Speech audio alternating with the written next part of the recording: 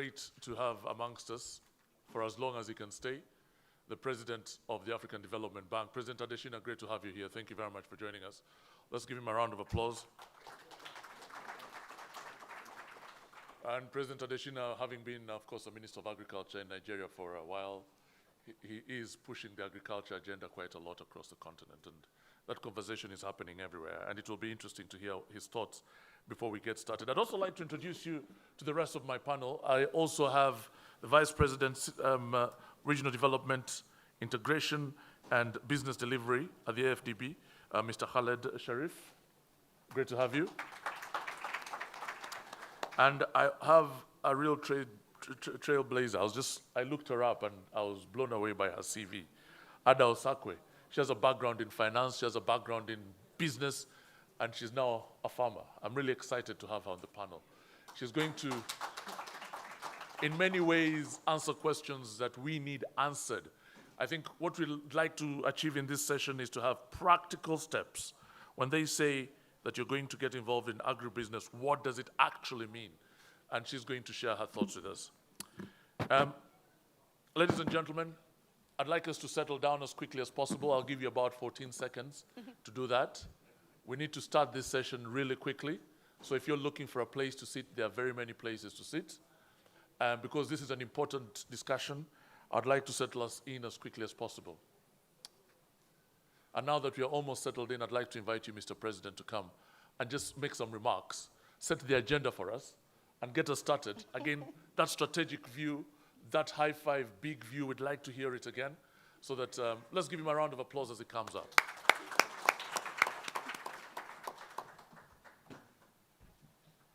Thanks very much, and good afternoon. I hope you all had lunch already. That's part of Feed Africa. We have to first make sure you're well fed, so we can actually then feed the rest of Africa. Well, let me thank you very much, Khaled and Ada and my dear brother, for arranging this meeting. I'll be very short. I just want to say a few remarks about why, agriculture is the coolest business you ever found. If you take a look at Kellogg's Foundation, Kellogg's was set up by a man called Kellogg's, and Ada Osakwe got a master's from, I think you went to Kellogg Management School?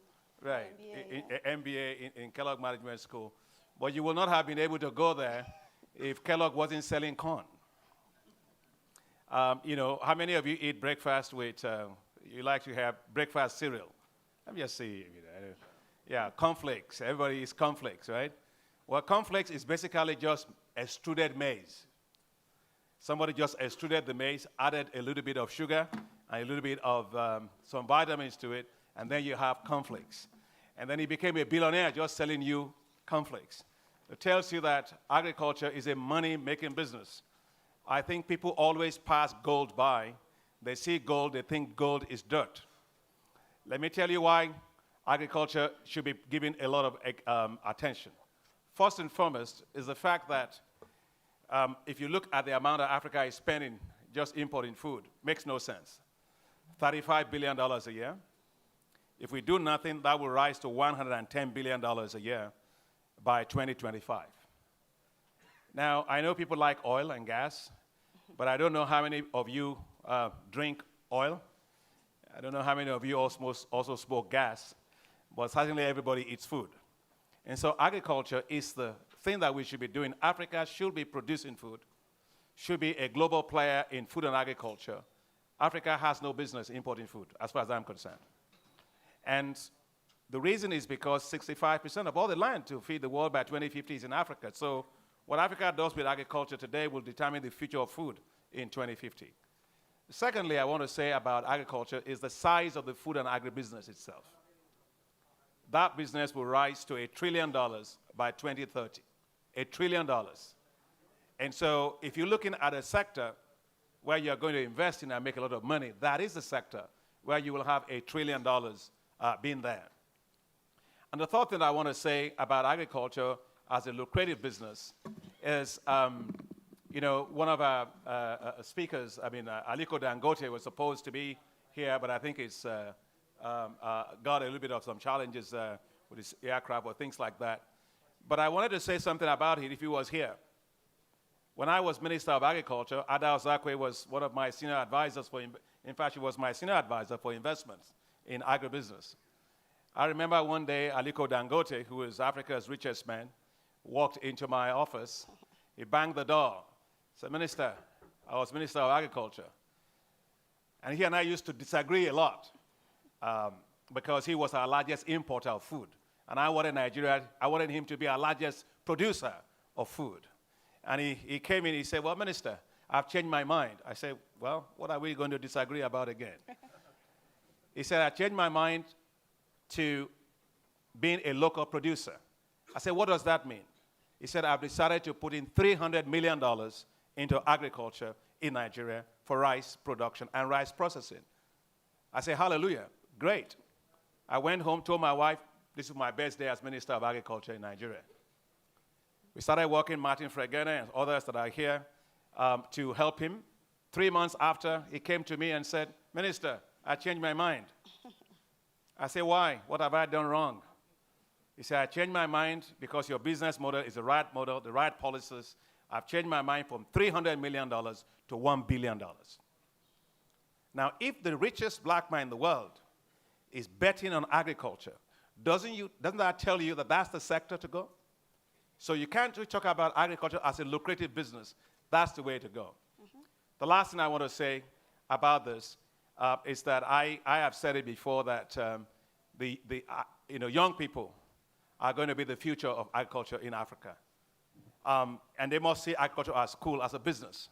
And Dr. Sanginga is here from the Director General of IITA, who is doing a fantastic job of young people in agriculture. We must make agriculture so cool because that's where you make a lot of money. It's going to be in agriculture. I firmly believe that the future millionaires and billionaires of Africa are not going to come from oil and gas sector. They're going to come from the agriculture sector. So therefore, we must change our approach to agriculture. It's not a development sector. It's not a social sector. It's a business. And the faster Africa looks at it as a business, the better Africa will be in terms of conserving foreign exchange, in terms of transforming rural areas, and creating future billionaires that Africa should have coming from agriculture. I know we'll hear a lot from these people, but thank you all for being here. Nothing could be more important. Thank you. Yeah. Thank you very much, Mr. President. And I'd like you to grab this microphone, sir, because I've got a few questions for you. You want me on the panel? No, please, actually, yeah, why not? Okay, sir, so if you can, a few minutes, sir, please. Yeah. What do you want me to do? I just want to ask a few questions. So he wants you on the panel. And Mr. President, the reason I need to ask you these questions is, first of all, I don't know how long you're going to stay with us, so I might as well exhaust the opportunity. Practical steps. You know where we are now. You've been in this job for a while. You've seen the continent. You've interacted with it. Where are we now, and what are those practical steps? And what are the examples across the continent that we can borrow from and learn from as we proceed? Well, I think is it working? Yeah. The person that can tell you a lot about it is Chiji. Dr. Chiji is here, and Asuko. These are directors for agriculture, and the vice president also is here, Jennifer. So when you have all the tough questions, you can ask them. But let me say that a number of great things are happening for agriculture in Africa. You take a look today at a place like Kenya. Kenya is, probably one of the third largest countries when it comes to export of horticulture produce. You look at Ethiopia, what has happened there with floriculture. This is really a great success story from Kenya, I think. No, Uganda. Uganda, okay. Now, that's from the Matoke country. You see what's going on there with a lot of what you have in oil palm, the plantations you have there, and all of that. So great success stories exist all across Africa with regard to agriculture. But most cases is when they take agriculture as a business. Recently, if you look at Ethiopia, Ethiopia set up a big zone called Hawassa Zone, in which they've been able to attract companies to process leather, right? And they make it into shoes and all of that, and very, very successful. So that's that. But if you look at some of the critical areas that we have to invest in, I think first and foremost is we've got to get finance to work for agriculture. Ada can tell you a lot about it, but more than myself. Getting finance to work, especially long-term finance, is what we need in agriculture. and that has to work. The second thing I think is going to be very critical for us is, we at the bank, we are supporting something called staple crop processing zones. So these are vast agricultural zones that we want to enable with power, water, roads, ICT infrastructure. Why is that important? No private sector is going to go into a rural area in which they have to do the roads themselves, right? Where they have to make power themselves and things like that. So when you enable those areas with the infrastructure, I think we should then get the private sector to come in there and set up food processing plants that would process all of what Africa produces, create market access for the farmers there, create jobs, reduce post-harvest losses, entirely transform those rural economies. From what they are today, they are zones of economic misery to zones of economic prosperity. I think that's important. The last thing I want to say that must change about the success story in agriculture is, and Chiji can tell you quite a bit about it, and Dr. Sanginga of IITA, the bank invested $800 million last year to support a new generation of young farmers and agribusiness people like Ada, although Ada is now a little bit older than, she's graduated a little bit. But these young people have terrific ideas. They just need financing behind them. I think these are some of the things that we want to support, and we want to also support we're supporting a program called Affirmative Finance Action for Women in Africa. Because, believe me, women, they are the force in Africa. They make things happen in Africa. I know that. I supervise a PhD student, Dr. Sanginga's brother. Dr. Sanginga, you should get up. It should see you, yeah. Yeah, he's Director General of IITA, the International Institute of Tropical Agriculture. His junior brother, I supervised his PhD thesis, I think in 1995 or 96, somewhere there. He went to the north of Nigeria, saw women producing soybeans. And in his thesis, he came in the defense of his thesis. He said, he interviewed a woman, and that woman said, I buy a lot of soybeans, I process soybean, I built my house, I buy good clothing, I send my kids to school, my kids are healthy. Soybean is my husband. What else do you need in a husband? So it just tells you if you empower women, you can make big things happen. Maybe men can be extinct, I guess. I really like the fact that you brought up young people, and I'm going to tie two questions into one because I know that you're pressed for time. Young people, access to finance. The age of access is a real problem. I know $800 million. That $800 million is likely to have gone through intermediaries. And gaining access through those intermediaries, it is itself a challenge. So I'm just wondering how again, you plan to make sure that these young people that you believe in so much actually have access to the money that you have. Yeah, great question. What we are trying to do is, if you take young people that go to a bank, right, and if you are 21 years old, they will tell you, please go and bring your receipts or tax receipt for the last 40 years. And so the banking system isn't really well set up for supporting the ideas of young people. So at the African Development Bank, what we are doing is we're providing facilities out of that 800 million. I think, Chiji, almost 70% of it will go into commercial banks to reduce their risk of lending directly for young people. Will you make sure they actually do that? Because we're going to make sure, believe me. We've done this when I was minister in Nigeria. We set up a facility to de-risk the agricultural lending lending to agricultural sector by all banks in Nigeria. People said it wasn't going to work and so on. We put up a facility of $350 million that reduced the risk of lending by banks to the agricultural sector. We leveraged $3.5 billion. And it's been almost 6 years now. I left as minister 2 years ago. Default rate, less than 1% consistently. So it tells me that the perceived risk is the key. It's not the real risk of lending. So if you can deal with that, I think you can do most of those things. And the last question I'm going to ask you is, a lot of these prescriptions, a lot of these things that we're talking about, even during the entire meetings, are not necessarily new problems. We've known for a very long time that the future of agriculture, when I was a kid, we said agriculture is the backbone of our economy. We recited that stuff. And I'm not a kid anymore. So the question here, I guess, is, how do we make sure that this conversation is changing from just theory to practice? I think there's something there that it's not a new conversation, is it, sir? And I'm wondering, how do you then make sure that we are not talking the same thing in 10 years? Well, what happened is that, Africa simply got it wrong a lot of times with agriculture. Because in the past, agriculture, yes, was the backbone. Most countries were dependent on agriculture. Well, when many of the countries found oil, they forgot all about agriculture, right? And so here we are, government were underinvesting in agriculture over time. The areas where I think it's very important is, look at me, I wear glasses. If my glasses are the wrong lenses, I can't see. Well, I think that we need to change our lenses on how we look at agriculture. It's not a development activity at all. It's also not a social sector. It's a business. It can lift hundreds of millions of people out of poverty. I think that's the critical thing that governments have to realize. The second thing that I think governments have to change with regard to agriculture is that when we talk agriculture, we're only talking production. We've got to talk the entire value chain. Take the case of cocoa today. How do you explain that Africa produces 75% of the world's cocoa, but it gets only 2% of a $100 billion chocolate market? How do you explain the fact that you produce a lot of cotton? The price of cocoa is going down, but Barry Callebaut just declared his highest profit ever off the back of a bad performance of cocoa prices in Africa. So for us as a bank, we've taken the decision that we are going to back African countries to industrialize agriculture, to add value to every single thing that you produce. The secret of wealth of nations is very clear. Wealthy nations process what they have.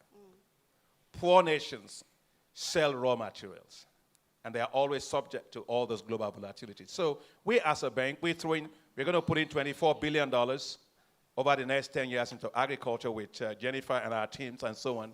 But we are going to back agriculture as a business. And the last thing I want to say is that often when people say agriculture, they leave it to the Minister of Agriculture. No. Agriculture is central to how we are going to get macroeconomic and fiscal stability of our countries. And therefore, we must recognize that if you're spending $110 billion a year importing what you should be producing and exporting, that's the wrong thing. So our ministers of finance have to back agriculture because that's the only way in which we can lift hundreds of millions of people. Are they getting it? Are they backing agriculture? Absolutely, they are. If you look in this meeting, several of our governors are here, and we are talking about that. We've actually set up something with the central bank governors also of Africa, but I've come to realize that when they lend to agriculture, things happen, right? So agriculture is the future, and I think that it's a different kind of agriculture. It's agriculture as a business that is the future for Africa. Let's give a round of applause to President Adesina. Thank you very much for your impromptu interventions and for talking to us. We appreciate your time. Now, we've got it. We understand what needs to be done, right? I'm going to invite, I'm sorry I ate into your time, but I'm sure you understand. I'm going to invite Khaled to come and speak to us. He's the Vice President, like I introduced you not too long ago, of Regional Development, Integration, and Business Delivery. And are there any other women in the audience at all who'd like to? I'll give one free ticket to a woman who's involved in agriculture at some level. Are you? Okay, I've noted who you are. I'll come back to you in a moment. And you're going to be a very important part of this discussion as well. So let's invite Khaled to come and speak. And he has a small presentation to make as well.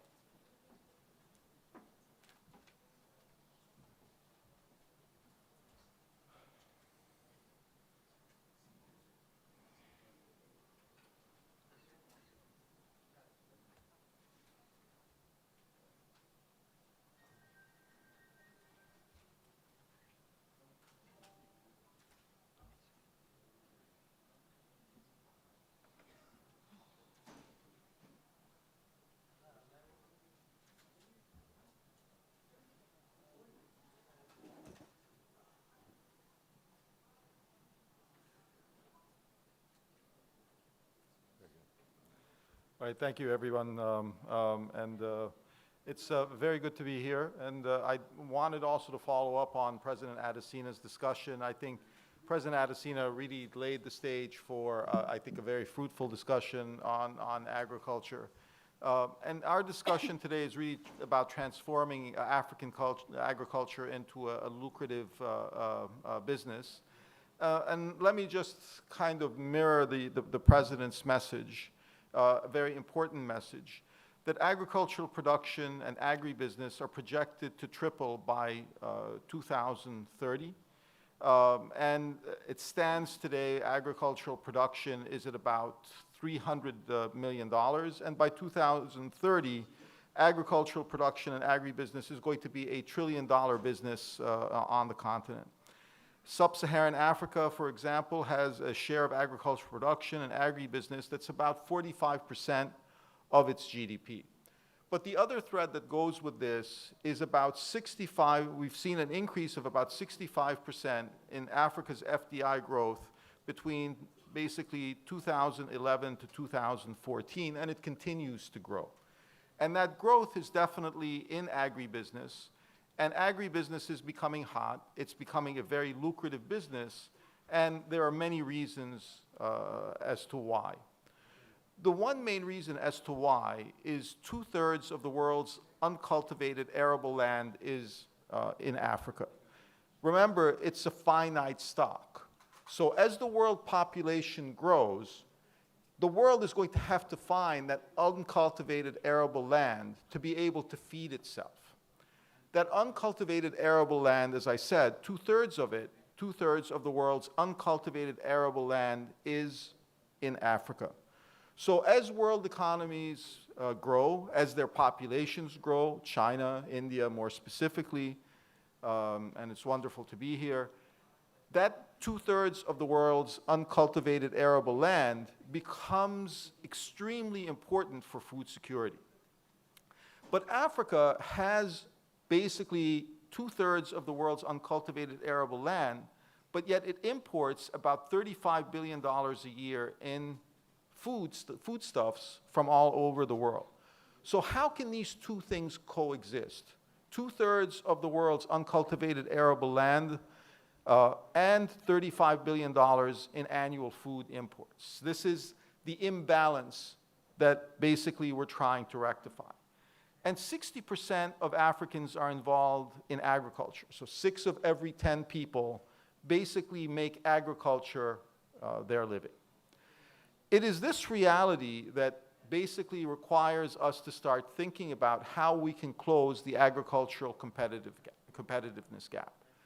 Africa's agricultural competitiveness as a whole trails other first world and emerging regions quite significantly. And where it trails is in mechanization, in agricultural infrastructure, irrigation.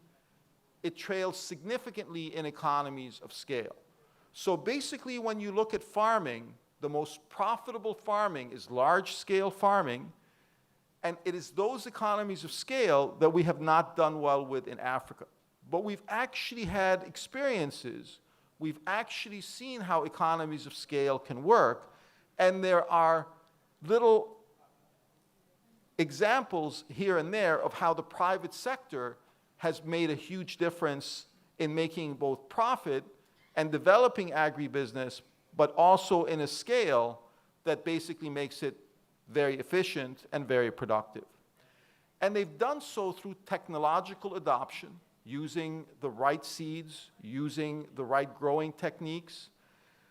And they've done something that on the African continent that has not been very successful. They've turned these very large farms into basically examples of very high levels of agricultural productivity.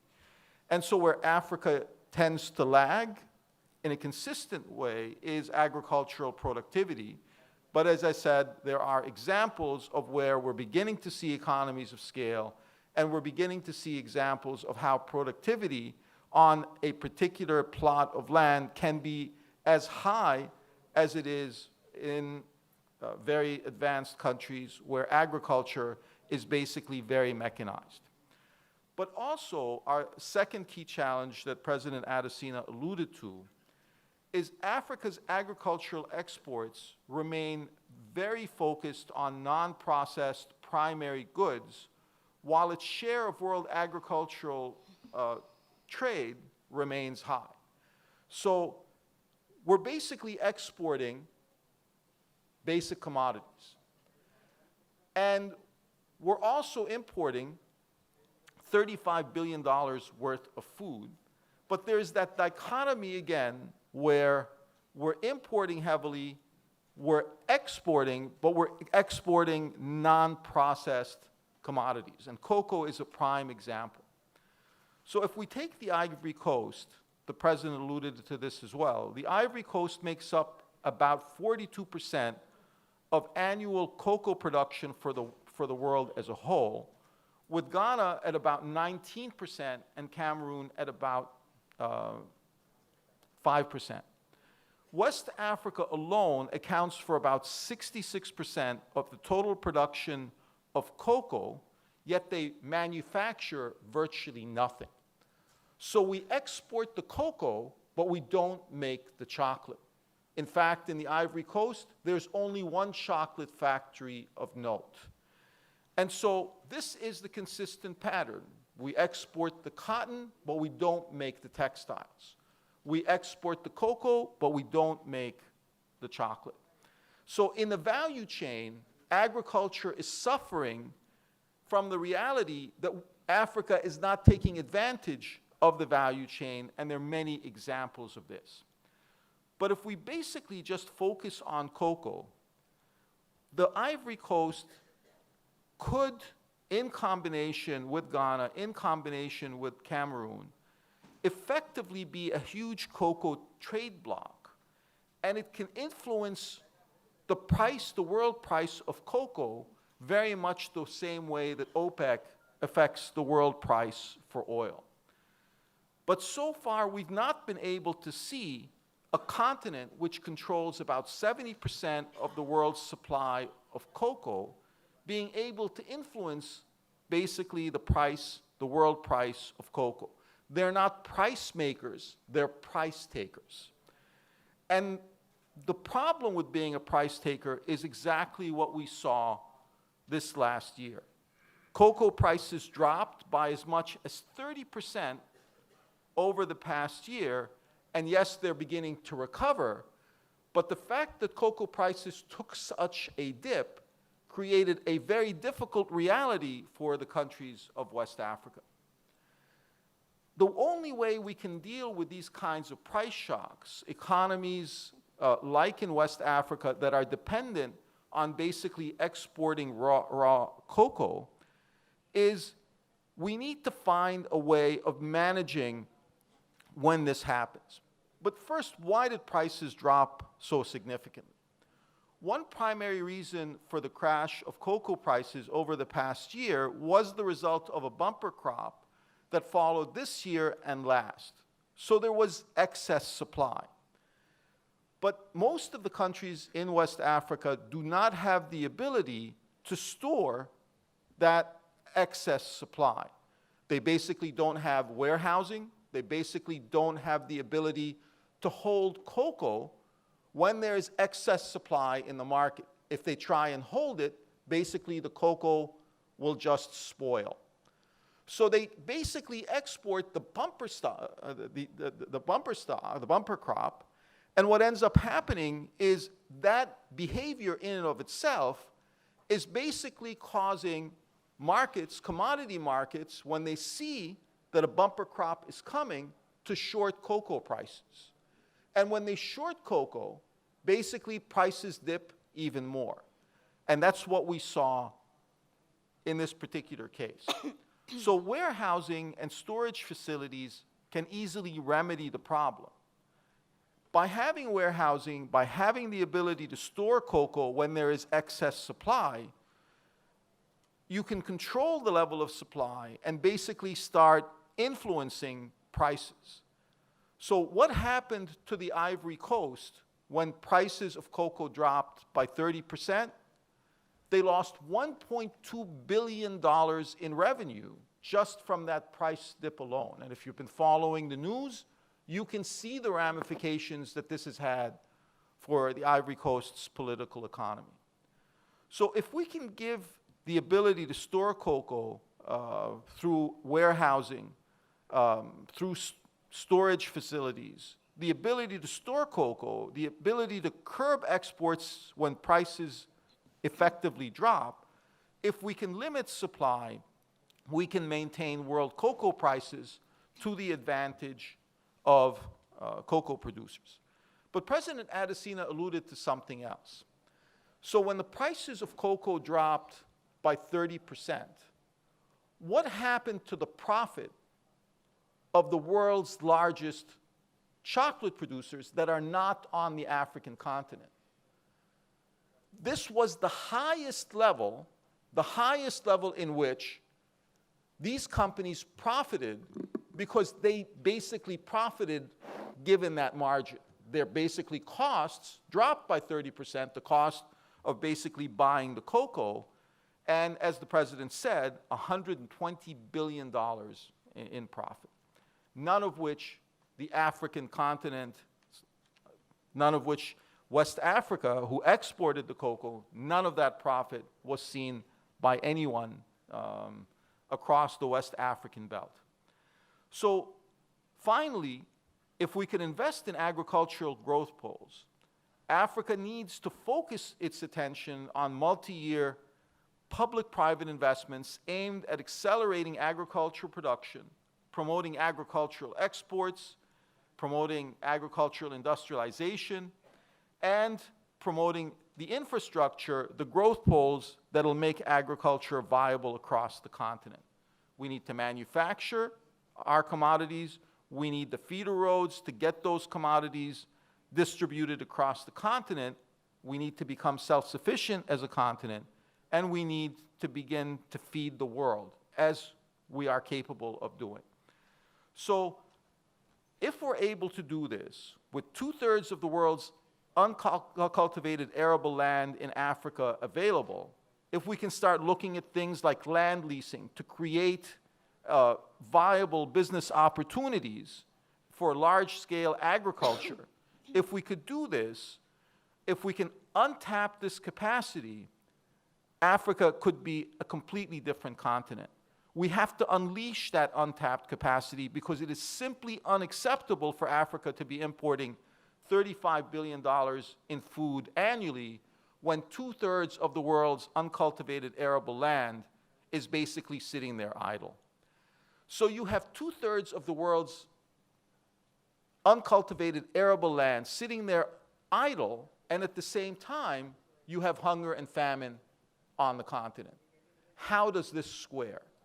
And so it's important that we start thinking about how we can develop and support public-private partnerships to enhance investments in agricultural productivity and production, how we can invest in infrastructure like rail to be able to move foodstuffs across countries on the African continent, and vitally develop value chains so countries like the Ivory Coast don't export cocoa but become major players in the chocolate manufacturing market to be able to win, especially as industry wins when cocoa prices dip. Thank you very much.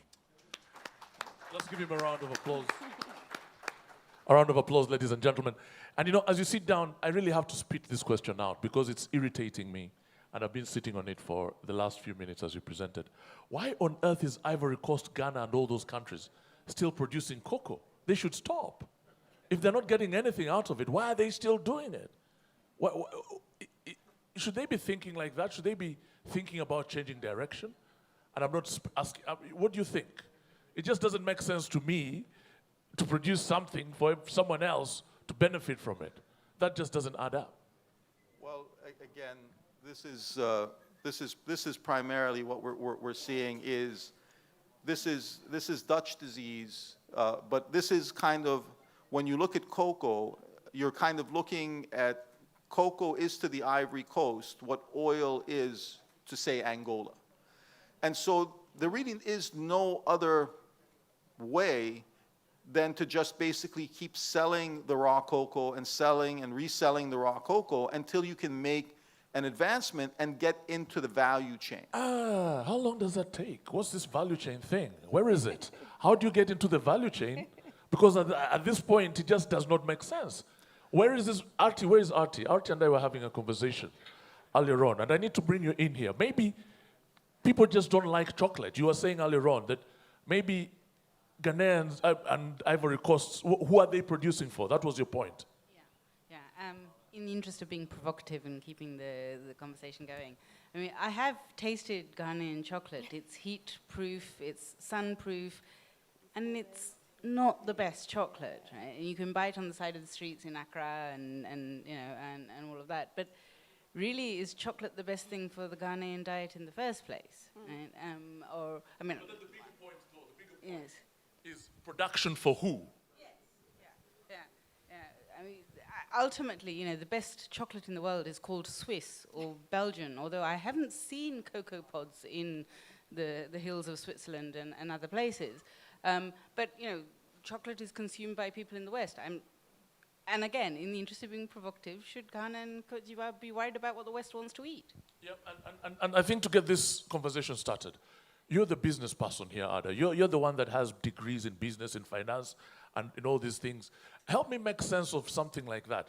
What should Africans be producing? What is it that makes business sense if you're going to look at agriculture as a business? Exactly, makes business sense. That's the critical phrase you've just said, because as an investor, I look out for a few things. I look at, is it lucrative?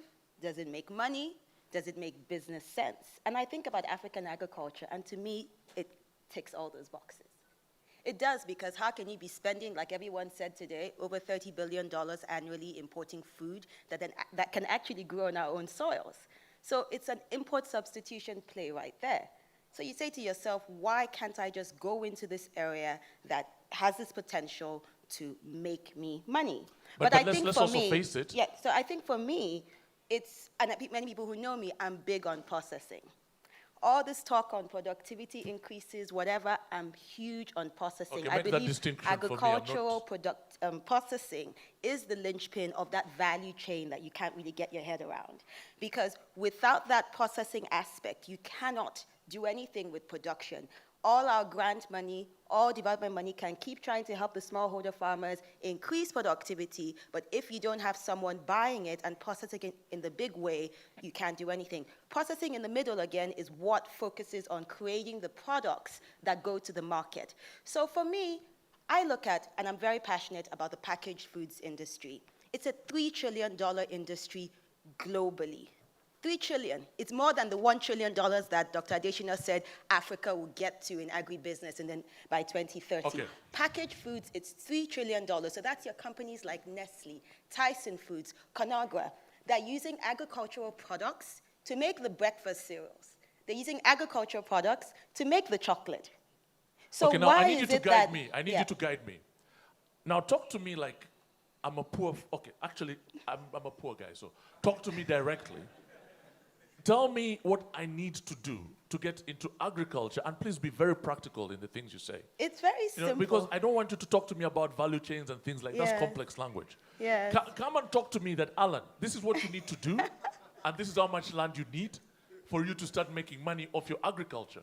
Talk to me like that. So I'm an entrepreneur as well, not just an investor, because I also got really fuzzy with all these value chains and big names, right, that we used to throw around Usually to happen people. in these corridors. Yes, these in these sorts of places. corridors. And I said to myself, I can't keep telling people to go into agriculture. Let me roll up my own sleeves and see what it's like to actually start a business in the agriculture space and actually see if it is lucrative, if it is going to Did make you me have any money? money. I didn't have much money. So that's the point. I didn't have land. I don't have land. I don't farm. But today, I have a business that after 2 years, we're already profitable. So your We business started is in buying Nigeria. from farmers in Nigeria. I said I wanted to get into the fresh produce market. Over 60% post-harvest losses in lettuce, tomatoes, cucumbers, oranges, whatever. And I said, okay, how do we take this that farmers are buying, young women farmers, farming their lettuce, no one's buying, overproduced, they can't get it to the market. How do we aggregate this, buy it, and make it into a processed product that consumers want to buy? So I decided to start a fresh juice business. Fresh, 4-day shelf life. I'm not going into processing in a big way. I'm not buying concentrates from Netherlands or whatever to import and mix it with water and put it in Tetra Pak like most of the juice companies do in my country. No, let's focus on agriculture and the farmers. So started buying from them, putting it into nicely packaged, well-branded bottles. That's important. That's very important. Because like I said, it's a $3 trillion market. So when they talk about the $35 billion that is being imported of food, it is processed food. It's vegetable oil in its can already. It's tomato paste in its can. So how do we directly substitute for that?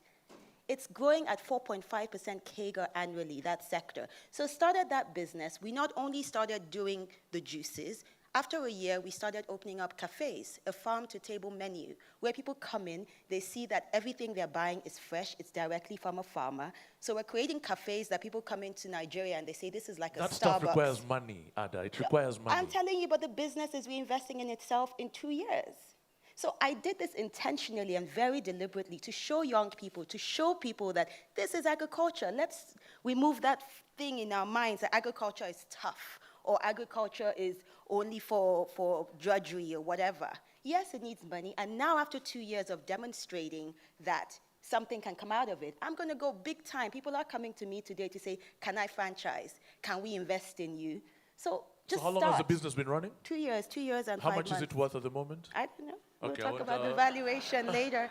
Oh, this was getting really interesting. It was getting really interesting. Now, you talked about aggregating, which means that you're using various farmers, right? So some of those smallholder farmers, because when I think about the sorts of figures that are being talked about here, those smallholder farmers need to be put aside. Some people will argue that might be, and I'm coming to you, that's why I called you here, to help me answer that as well. Is that what you're doing, or are you using existing farmers, some of whom might be smallholders? Oh, yes, everyone's a smallholder. Everyone's a smallholder right now, especially when we started. Now we have 5 outlets, so the scale is enabling us to buy even more produce. I remember when we would buy, it was my production manager who recently sent me, says, Madam, we're using 200 pineapples a day right now. I remember when it was 200 pineapples in a week or 2 weeks. So we've now scaled up. Our juices are in retail outlets like ShopRite, and we're still buying from the smallholder farmers. Aggregated, yes. But at some point, and you can work side by side, as Chiji would tell you, that you have to have the smallholders, link them up in a good way to the processors, have the medium-scale farmers, and have the large-scale farmers, but you can't do without the over 70% of our farmers who are still smallholders. Okay, thank you very much. Let's give a round of applause for that very strong submission. Chiji, let me tell you, I have 3 acres of land right now, okay? I'm going to ask you a very simple question. They're in Uganda, by the way. Good location, fertile soil. I need to make money off them. Discuss.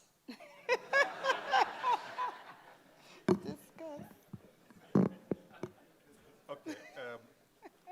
I think to start with, 3 hectares of land, you are not a small farmer.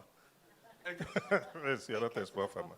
Yeah, so you are still bigger than the average, which is 0.5 hectares. So you are doing well. But having said that, the problem we have today is that, as the president alluded, we're treating agriculture as way of life. You have 3 hectares, you don't want to invest in it so that you make money out of it. Okay? Most times, most people who have the land are what we call absentee farmers, just for recreation. They are not looking at it as a business. So we want to get people who are really business-minded to go into agriculture. And that's why we are facilitating this. Okay? Some of the things that we're putting in place to help turn agriculture into a business, what we call enablers, about 7 of them, I'll quickly run through them. One is improving productivity. Today in Africa, we are producing at less than 25% of our best practice because of low productivity, because of low technology. And it's not that the technology is there. The CG centers here will tell you that there's abundance of technology, but these technologies are not reaching farmers. That's why today we're putting in place what we call technologies for African agricultural transformation, which is a huge investment that would take technologies to the farmers. Secondly, we are also putting a lot of emphasis on processing. As you must have heard, that stage is big in processing because we're not adding much value. So we are going to support farmers to add value to process. Again, one of the issues we have is infrastructure. I saw Khalid mention there that we have to invest in agricultural infrastructure. So we are going to look at those gaps in infrastructure, including irrigation, mechanization, and make sure that we put some of our lending in those areas. But having said that, financing is also very important, okay? as you said, how many of these young farmers or farmers can get access to financing? So we're setting up a number of innovative financing And instruments. please allow me to interject there. You took my microphone. I need to stand up in order to ask you. This access to finance is a problem. Mima over there and I had this conversation in Washington, D.C., and I think I'll rope you in a little bit later. Who of you here has ever tried to borrow? How many of you are from Africa, by the way? I see a nice mix of people here. Who is from Africa? Who is a farmer? Okay, madam. Who's running the microphones around? Can we have some microphones, please? I want you to tell me about your experience as far as access to money is concerned, because you might think we are spreading rumors. Chiji here has money to spend on agriculture and on farmers, from what he's telling us. But I also want to hear what your experience has been. What sort of farming are you into? Okay, thank you. I'm a farmer. I'm Zimbabwean. Okay, what sort of farming are you doing? I grow maize on 70 hectares, and Right. I've got granadillas on 2 hectares. Okay, so you're growing maize and So groundnuts. access to funding is a challenge. If you don't have collateral, you don't access funding. Okay, Period. and this is in banks in Zimbabwe. Yes. Okay, who else has this experience? Because what is likely to happen is Chiji is going to tell us that he's using intermediaries. So he's using local banks to make sure that you access this money. How easy is that? Anybody else with that experience at all? The man over there, please, let's get the microphone over to him.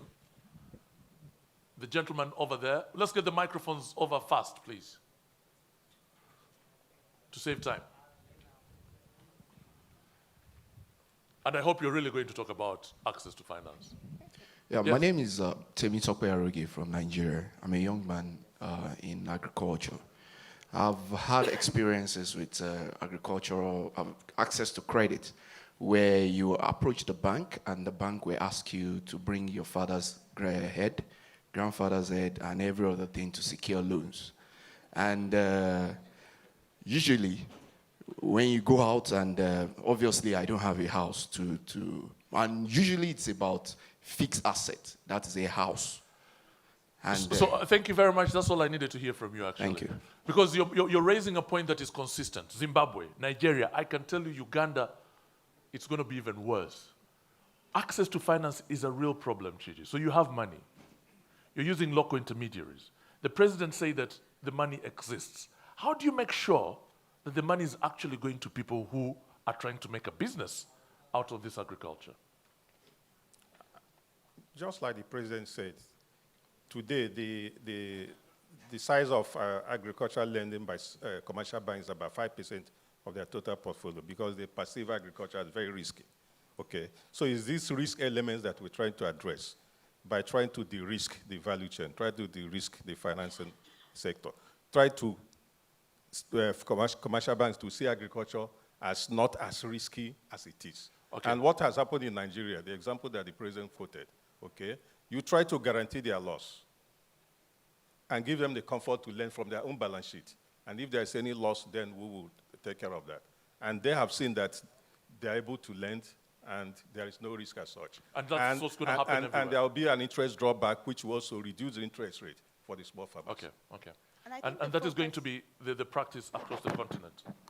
Are you going to scale that across? We are trying to scale this up. In Nigeria, we call it NISAL. In a number of countries, this process is beginning to take place. And Ada, you're going to say something, but I gonna also say want the you to talk about how someone can prepare to be attractive to these financial institutions. Yes, And to be able to I attract just wanted to investment. kind of move the conversation away from just a focus on credit, which is going to banks, where they ask for collateral and they ask for your father's head, but to move to equity. And I know a lot of people don't like taking the risk of equity, but it's the only way we can move forward. It is. We have to put our money where our mouth is. We can't sit here and say we want to support agriculture without giving that foundation of the early stage risk, the first loss risk. So before a Tokwe over there goes to a bank of industry or a commercial bank, he should say, I don't have collateral, but look, I've put this amount of equity in the business, and that's supporting me.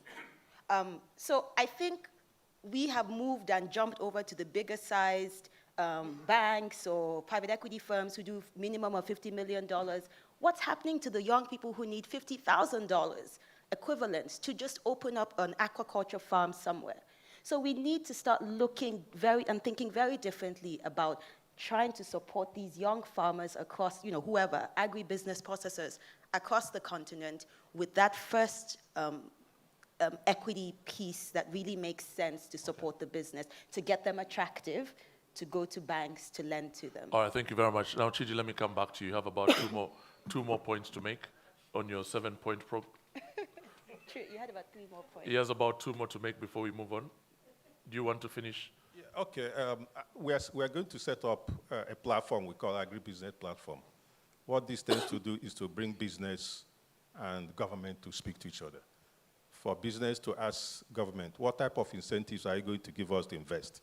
For example, what type of reforms are you having on land, on prices, on tariff, and so on and so forth?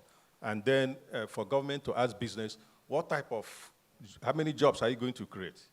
Or what type of local content are you going to have in your business? So we want this discussion to take place. And then what type of investment, and then the African Development Bank can facilitate this and help them structure deals that would be a win-win situation for both government and business. So we're setting that up. So that's one of our enablers. Also, inclusivity. After this, there will be another discussion on youths in agriculture because today, the average age of farmer is 60. 60. 60. And in the next 10 years, maybe the average will be 65 or 70. This is not the age that will feed Africa. So we need to get young people into agriculture. So inclusivity. The president also talked about women. Okay, how do you get women? So agriculture has excluded women. They've excluded young people, but we want to turn that around. We want to empower them. We want to give them the necessary incentives to come into agriculture. And finally, coordination. We need to coordinate. Okay. Thank you very much. Let's give Chiji a round of applause. Thank you. I'm going to come back to you now. The floor is yours. I need to have as many microphones in the audience as possible.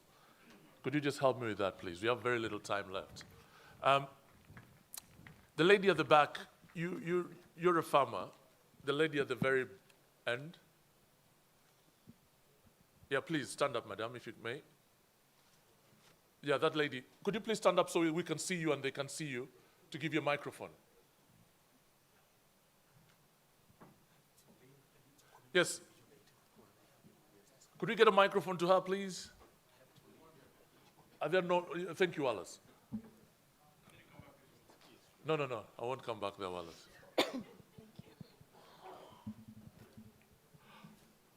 Okay. I need you to tell me about your experiences in trying to make money out of agriculture. Because I'd like this to be more than just a conversation at a conference. I'd like people to leave this session knowing what they need to do moving forward. And what's your experience, madam, and what's going on in your life as far as agriculture is concerned? Sorry, I am a financier, not a farmer, so I wanted to share the experience. So you of invest financing. you invest in agriculture? Yes, we do invest in agriculture. My name is Millicent Omukaga. I work for Agricultural Finance Corporation in Kenya. Okay. And I wanted to respond to the discussion that just went in terms of making agriculture a lucrative business. Of course, just also to respond to Chiji's comment that he wants to work with the financial intermediaries, which are commercial banks, and they perceive agriculture as risky, and therefore they will not lend easily because they are also regulated by their central banks who dictate the quality of their portfolio.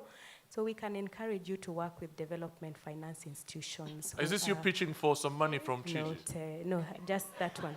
Now, in terms of responding to the issue on the floor is for us at AFC, we see making agriculture lucrative by way of the power of data and value addition. What does that mean? We want the farmers to have the figures and facts about their businesses.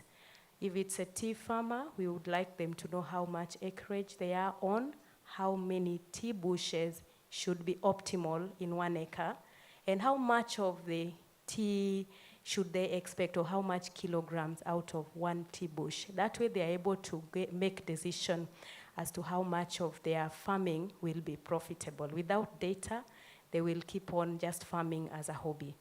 And in terms of value addition... Okay, as briefly as possible, because Yes. I thought on that issue, I thought you were going to say something like we're going to help them build processing plants on the farm so that they don't have to sell tea the way they're selling it in Kericho, Kenya. That is the next step, what I'm calling value addition, that we just don't finance production, but now helping them to aggregate and process. For example, the tea processing, or even in dairy, that they can take from the smallholder farmers and add value as the big farmers, so that there is more income out of it. But also, Mr. MC, it is okay to say that commercial farming is more profitable, but the reality in our countries is that we have more smallholder farmers than large commercial farmers. So I think the solution there is still to aggregate value addition also, so that we eliminate middlemen and that our smallholder farmers can then be able to see agriculture as a profitable venture. Thank you very much, madam. We appreciate your time and thank you for your submission. Let's give a round of applause.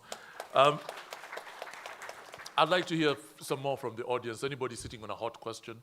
Yes? Yes, sir? How many microphones do you have here? Okay, I'll come to you, Wallace, in a minute. Let's ask you a question, then we'll go there. My name is Rajesh Khajuria. I'm an Indian born in Sudan, Okay. and I'm an educationist and a consultant. And I want to suggest how India really benefited out of agriculture wealth creation and a strategy for Africa. Couple of things. One is it's a cooperative way of doing business, and I will not explain, but people understand that the making farmers as the partners to the business in processing whatever is being talked about. The cooperative sector is very, very successful in India. The second point is educating young people on agriculture business management. For example, we have started an MBA in agribusiness management. I'm honorary dean for Gujarat's Technological University, head of a business school, and on the US Accreditation Council. And what we are trying to do is create young graduates who can manage agriculture business, you know. So educating or improving education system in Africa is another key, is not just giving money. Okay, thank you very much, sir. I will take Wallace. Yes. Thank you very much. My name is Wallace Kantai. My own expertise in agriculture is that I love food. I suspect, and I'll be very daring here and I'll be brief if I can. I suspect this entire topic is off on the wrong tangent. You're in a very nice train, but it's on the wrong track. We can transform agriculture in Africa. We can make it be very lucrative for us, and we will not sort out the food security issue. And I'll tell you why. If you look at a country like the West African countries with regard to cocoa and chocolate, if you look at East Africa, Kenya, Rwanda, Uganda with regard to coffee, you have a problem in that we're producing, one, crops that are not necessarily food crops. No one needs chocolate to live. No one needs coffee to live. No one needs tea to live. Secondly, the crops that we're producing, even if we add value to them in Africa, we create the best chocolate factories in Africa, we create the best tea and coffee processing plants, the people who are consuming these products are not Africans. So here's a scenario. I don't understand what you mean. You mean Africans don't drink tea, don't drink coffee? We drink very little tea, we drink very little coffee, we eat very little chocolate. So here's the point that I'm making. That if we have the best coffee processing plants in Africa and the best chocolate processing plants in Africa, and the tastes in the West change. So the West decides chocolate is unhealthy, they decide coffee is unhealthy, we will still be back to square one. And the point I'm making is... You're assuming that we are going to remain where we are right now. But I thought if people are making money from agriculture, it widens. If people have more money to buy other things. But think back to what Artie said. Artie asked, if you think about it less from the diet point of view, but do West Africans need to eat chocolate? The answer is no. So the point... No, I completely understand where you're coming from, but you're just picking a few. I can give you the case for Nigeria, that if today we start processing rice, like Aliko Nigeria is special. You guys import eggs and chicken. The point is that the crops... Your point here is that... The lucrative crops are not going to help us. No, but there's enough local production. If we're spending, Nigeria, for example, $11 billion annually importing food, that means we're eating that food. So if today I can switch that, I already see a market domestically without having to export, without having to depend on people in the West to buy my product. And that's what's happening today with everybody who's switching to processing. I'm only in Lagos. It's a 20 million sized No, population. I agree with you. So- The point I'm making is, if you extrapolate now that there's a primary food processing, tomatoes and all these other things, but the ones that we're excited about, which is coffees and teas and chocolate, I'm not cocoa, excited about that. then to me, we're on the wrong track. Because if Europeans and But you Americans see, and all these Wallace, other guys decide they're not going Wallace, to do Wallace, it. hold on a second. If I'm making money off cocoa, off tea, and I can buy beans from wherever I want to buy, isn't it a question of making money here? Isn't it? I heard the question of why not. But look at what's happened to so many things in the world in the last 10, 15 years. People switch tastes like this. Okay. And then you're in trouble. Mima, could we get this microphone to... Please bring your microphone and hand it over there. I'm just about to fire the mic, guys. They're not doing a very good job. But I'd like, you've been quiet for a while. I'd like you to come in and just respond to some of the things that Wallace Kantai is saying. Well, I think, Wallace, in reality, remember, as I said, cocoa is, say, to the Ivory Coast what oil is to Angola. So, it's not a question of taste. We'll go back to the question, to the remark. I think it was a very important remark that when we hear the best chocolate in the world is Belgian or Swiss. The reality of that is that the sugar, the cocoa, all comes from Africa. Now, we've had feeble attempts to actually try and concoct chocolate. And yes, I'm a chocoholic. I think you are too. And so, eating African chocolate without being specific to a country is a very disappointing experience. So the only way, the value chain I was talking about, the only way we're going to get the value chain is to get the Cadburys, the Nestle's to actually move to Africa and actually produce in Africa. But that the shareholders, the guys who will benefit are not African. But the only way you're going to do that is to basically control the reins of supply, so you have leverage over them. I like that. And the only way you're going to be able to do that is through warehousing. And so if you can control supply, it's like the way OPEC controls oil. Once you have the leverage, they're going to have to give you something. But the fact that 70% of the world's cocoa comes from West Africa, and not one job comes from industry in West Africa from the very same Belgian and Swiss manufacturers, and all those jobs are not in Africa, is absolutely disturbing. And I like that you reiterate my point. I think those guys should stop growing the coffee, the chocolate, the cocoa. But Ada, you agree, and then I'm going to come to you, Mima. Ada, you agree with what he's saying? I agree completely. And the area of partnerships and getting those big companies to come on ground to Africa is something that we did a lot when I was working with the minister in Nigeria. We tried to attract these big companies who already have a comparative advantage in what they do. But their shareholders and you think about are not places Africans, like Ada. India, and I don't know, the gentleman who spoke, when Tyson Foods came in here and they had to partner with Godrej Foods. Nestle is here. They set up a world-class R&D center right here in India. Okay. And today, India is huge in what they're doing in food processing. So that's the way we need to think. That's very interesting, because I was going to challenge what you're saying by no, saying it's true, but that the bringing- shareholders are still somewhere else. No, they'll be right here, and Okay, you that's create very the jobs interesting. right here. Mima, you want to weigh in? Yes, I do. Because I think we're mixing up everything in one, trying to put everything in one basket. You got the commercial crops, right, and cocoa. I mean, the fact is, I'll add even more. It's not just disturbing, it's criminal. If you hold 70%, suppose China had 70% of cocoa, what would be produced? And it doesn't matter. So let's leave aside the separate discussion, food security. Yeah. The issue here is simply, we're talking about wealth creation. You got 70%, that's part of where the public policy needs to come in. You control it, and in the end, I'm sorry, it's not Europe that's eating chocolate. In fact, it's the Chinese. That's where the big growth market is for chocolate. It's not all Europe. And it's also where it's going for some of the other natural products coming out of Africa. They're not being transformed here. So that's what I would say, the cash crops. Okay, but the other part, I think it's important on these small growers and the processing, the banks. The small grower, first of all, we don't have title land. So on what basis are you going to go to the bank on? It's not on commercial bank boards. If you go now a little higher, you say we need to process. The banks will lend to processing plants. What does a small grower need to do? Tie in with the processors. You're the feeder. The processor's got a problem having to get throughput. So it's all there. We need to rearrange 3 or 4 sentences. We got a proper paragraph. That's the key. But let's not hit the banks. The banks are banks. You don't need the head. You need the owner of the industry that's going to be packaging your pomegranate or whatever you're making. Okay. That's the key. Mima, thank you very much. Can I just say, there's also something else that we need to talk about. The geopolitics of the world will just not let you produce anything.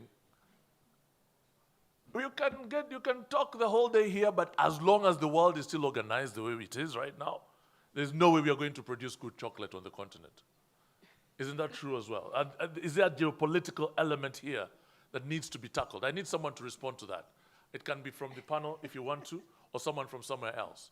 Yes, if you'd like to respond. Let's give him a microphone, please. There's a geopolitical issue here, isn't there? Thank you very much. My name is Gideon Jalata. I am the program manager for Africa-China program at Oxfam Pan-Africa office. I think that geopolitical issue is changing after Cold War. We see India growing, and also China is a very important player in international global value chain. So we can't blame all the time that the global geopolitics is not favoring Africa. Rather, we need to see how we may collaborate with emerging powers like China, India, including Brazil, which has a very good reputation in agriculture. Are we going to rely on China for everything? On how we create value additions for our agriculture products and also mineral products, because we are, as the president said, we are still exporting primary products. So we need to think, China, for example, committed for value addition for African products. So we need to see how we work on value addition and involving the value chain. Thank you. Okay, thank you very much. I need to also hear from someone who is involved in a success story. Okay, I'm coming to you. Sorry, let me be a bit more specific. If you're farming in Africa and you have a success story to share with us, put your hand up. Yeah? Okay. Let's hear from you, sir, and then I shall come to you. I shall come to you in a moment. I'm Andy Raheja with a company called Faber Capital. A year ago, we went and acquired a biomass to energy project in Sierra Leone. This was a failing ethanol, sugarcane to ethanol to power project. In the year since we've acquired it, we have managed to turn the business around.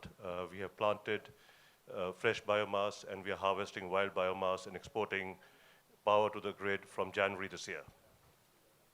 We have also restructured the whole sugarcane strategy. We have brought in sugarcane experts from India who share the same ground as India, i.e. lot of low quality, lot of subsistence farmers available. The big difference that I found on the ground when I looked at it was this project was originally conceived by Western promoters who did Western style intensive farming, big equipment on big land plots. Africa has lots of poor people, lots of subsistence farmers, and if you go to Thailand, you go to India, you go to other parts of Asia where sugarcane is grown successfully, it is all based on an outsourced farmer model. The factories procure, a bit like the lady on the stage said, from farmers the input materials and process it. They give them the assurance of the offtake based on which the outgrower program runs. We are looking now at setting up an outgrower program in that country. Unfortunately, there is no credit available. No credit available to any farmer for the outgrower program. Okay, thank you. Thank you very much for that. So if I may just come in. Yeah. A separate story I just want to highlight. Yeah, as quickly as possible because of time constraint. Just picking up something that was said earlier. Years ago, I was involved in helping the Tatas go from being a plantation company in India to acquiring Tetley tea. I took the idea to them, they picked it up. And that's a classic example of how this was the Tata's first ever acquisition outside India. This was in 1999. I know it, my daughter was born the same time. I was doing the deal when my wife was in the hospital. Anyway, it was a race to the end. She did all the hard work. She did all the hard work.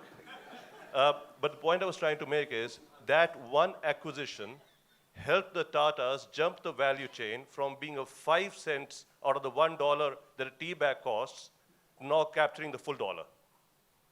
I think the more important question for me is how did you do it? Well, it was basically a case of going to Tetley was for sale in London. It was a London-listed company. Nobody wanted to buy it. It was sitting on the shelf. We went to the Tatas and said, we'll help you acquire it. And we arranged most of the money out of London. Okay, stop there, thank you. Ada, are you going to buy a company in London? Is this, you said you want to take things to the next level. Yes. You want to scale. Yes. Is this realistic an ambition for you as an African agripreneur? Completely. I tell people, be audacious in your goals, be bold.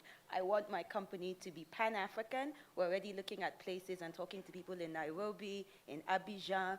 Yes, let's be bold. Do it very quickly. Learn from your mistakes very early on, but do it very quickly. So as far as dreams are concerned, this whole reconciliation between dreams and reality, trying to find a sort of a balance. At what point do the dreams stop and at what point does reality check in? Because I imagine in that Africa, reality is all the time. I may sound like everything is rosy or whatever, but those who maybe know the story of my company, we've gone through a lot in the short space of time. From having issues with supply to having a government come and demolish one of our stores because they had an issue with the landlord and we had to rebuild. So it's tough. It's a loss of money. It's loss of, employment and morale. But once you believe in those goals, you just have to keep putting yourself up and going. So what would you do different if you had to do it all over again? That's a really cliche question. I hate it, but why not? Nothing, but I think I think somebody, I don't know if it was Mima who said something about policy. I'm a young global leader of the World Economic Forum, and recently, and Jennifer, you would know this, over the last year or so, there's been a lot of talk about the fourth industrial revolution. And I remember sitting in Tokyo last year, and my colleagues were all talking about the first industrial revolution was issues around the steam engine to power production. The second was agricultural industrialization. Third was to do with IT and the internet. And now we're in the age of artificial intelligence. We're in the age of self-driving cars.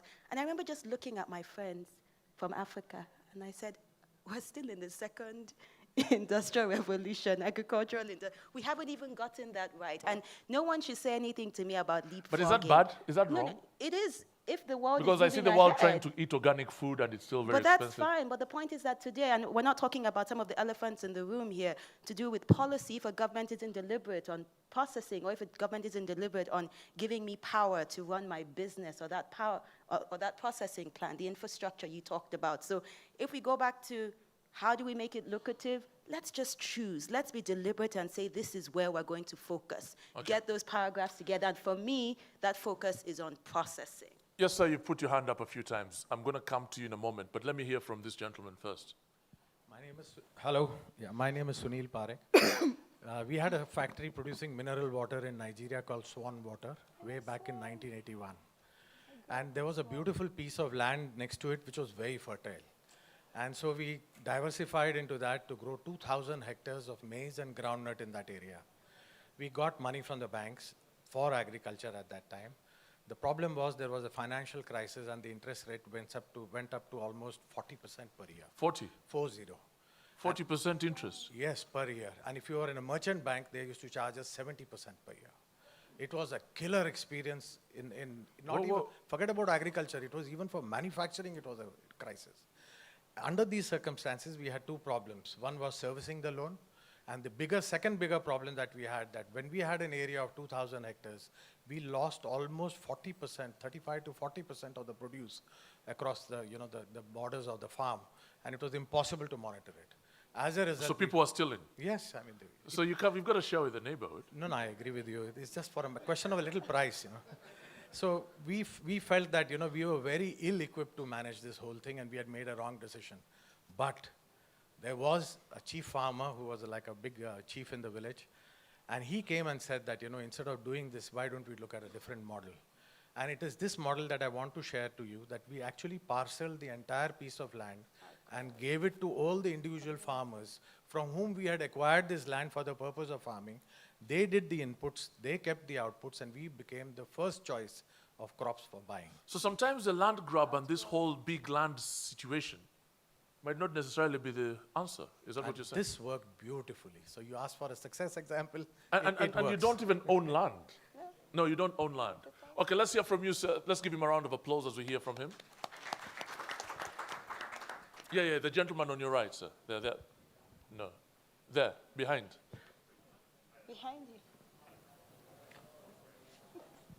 Hiya.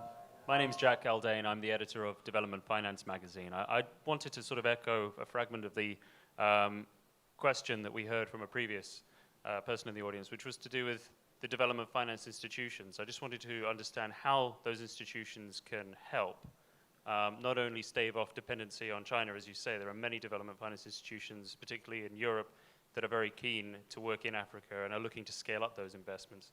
How can they help agribusinesses? Which, that's going to be your question in a moment. And let me hear from this gentleman before he hates me for not. And then where are the women where are the women here? Where? I'd like to hear a few more voices. Chiji, that's your question about development finance. Hello. It's When we are talking of transforming agriculture and lucrative business, I think transforming agriculture cannot happen without automation. That's where the farmers need to focus a lot, and that's where the banks can really help us. And of course, not with the type of interest rates that he just mentioned. So that's a big change that the banks have to make in terms of lending money. And that's the interest rate has to really go down for young entrepreneurs to really venture into this. And when we are talking of lucrative business, there's one important segment which needs to be discussed and perhaps you are not talking about, and that is 2/3 of the untouched land is in Africa. So it's virgin land. So a lot of people are moving towards organic food. And this is where the branding comes into picture. And I think a lot of branding, if you do, then perhaps the wealth creation can happen. Okay, that's an interesting question. Actually, it might exist, but I'm going to put this question to you to respond to me earlier. The land exists, but there are land ownership issues. And I think we shall discuss that in a few moments. But let me hear from you first about how development institutions can actually help. Someone, could we have a microphone on stage, please? I think you might need 10 microphones next time. Thank you very much. Today, we estimate that we need $30 billion per annum to make agriculture transformed in Africa. Okay, but today we only have about 7 billion as investment. As I said earlier, if you add all the ODAs, it's about 3 billion. And you add all the governments, the 10%, the presumed 10% that government is supposed to put in agriculture, which they are not putting. They're putting about 3%. But if you add all that, it's 3 billion. And then from commercial banks, it's about 1 billion. That's all that is going to agriculture. So we have 23 billion.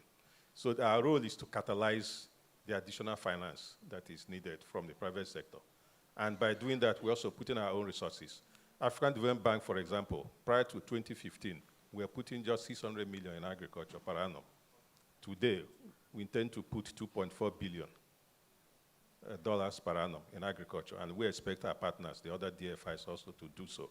And then to create instruments that will leverage quite a lot of resources that are in the private sector, and quite a lot of resources that are in the pension funds and in the sovereign wealth funds, to create instruments that will bring this, the diaspora bonds and all that, to bring all the resources that exist. And we believe that these resources are there. All that it needs is to work together, catalyze investments that are focused in agriculture, and focus in agriculture as a business, not just as handouts. And then making sure that we attract the right type of investment that will use these resources. Okay. Today I said something about having business talk to government. People are interested in agriculture, but they're afraid that it's risky. And they're afraid that the policies are not consistent. So this type of dialogue, the institutions like us will also try to catalyze. Thank you. Thank you very much. And very briefly, if you can, sir. The issue of branding. I mean, obviously, it's organic food. I mean, Whole Foods the way they branded their products, look at how successful they've been. But the issue, I guess, for me isn't whether you can entice someone like Whole Foods to actually take this arable, uncultivated land, actually start getting into into production itself. I'll just cite a very quick example. So Egypt, African country, imports almost $20 billion a year of wheat. And where does that wheat come from? It's grown in Kansas. Kansas. This gets worse. And so can you imagine that the wealth creation that's happening as a result of importing $20 billion of wheat to basically get bread to Egyptians is enriching farmers in Kansas. And then just south is Sudan, where when we say uncultivated arable land, a third of that is in Sudan, that Sudan can feed all of Africa. And the issue of how we can actually get this land to effectively grow the wheat and give the wealth, instead of giving that wealth to farmers in Kansas, but giving that wealth to farmers in Sudan, when Egypt and Sudan used to be one country. And so, when we talk about land leasing, then we get into this whole debate of, property rights and complications, but this is the world that we want to see. The wealth coming to the continent for goods being consumed like wheat on the continent. Okay, thank you very much, sir. Very quickly, very briefly, the man at the back. Yeah, what's your point? You have about 3 seconds. And we're really pressed for time. This conversation could go on. Where are the microphones, man? Just project your voice. Okay, let's get to the lady. I wanted you to be the last, to have the last word on this. So let's get him a microphone at the very end. He doesn't have a microphone. Let's move to this gentleman here. There's a microphone here. So, sir, let's come to the front. What do you have to say? Thank you. As I briefly come as you from can. South Sudan. My problem, the discussion has gone on well, but we have not related the land, the limited land, to the population growth. There's likely to be, the land is likely to shrink in form of residential, agricultural land, and so on. We need some policies to be put in place before we get into those challenges of population growth. Okay, what policies are you proposing, sir? Just one from the ground here to advise us. Okay, thank you very much. We'll come to that.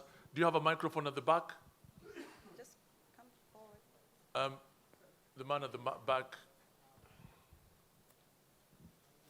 We have about literally 90 seconds. Yeah, Briefly. thank you very much. I'm Vidhu Ramdin from Mauritius. I work for African Solidarity Fund in Niger. I listened to some gentlemen having issues to access our finance. African Solidarity Fund is made up of 14 nations, and without any collateral, we can give funds. How much money can you give?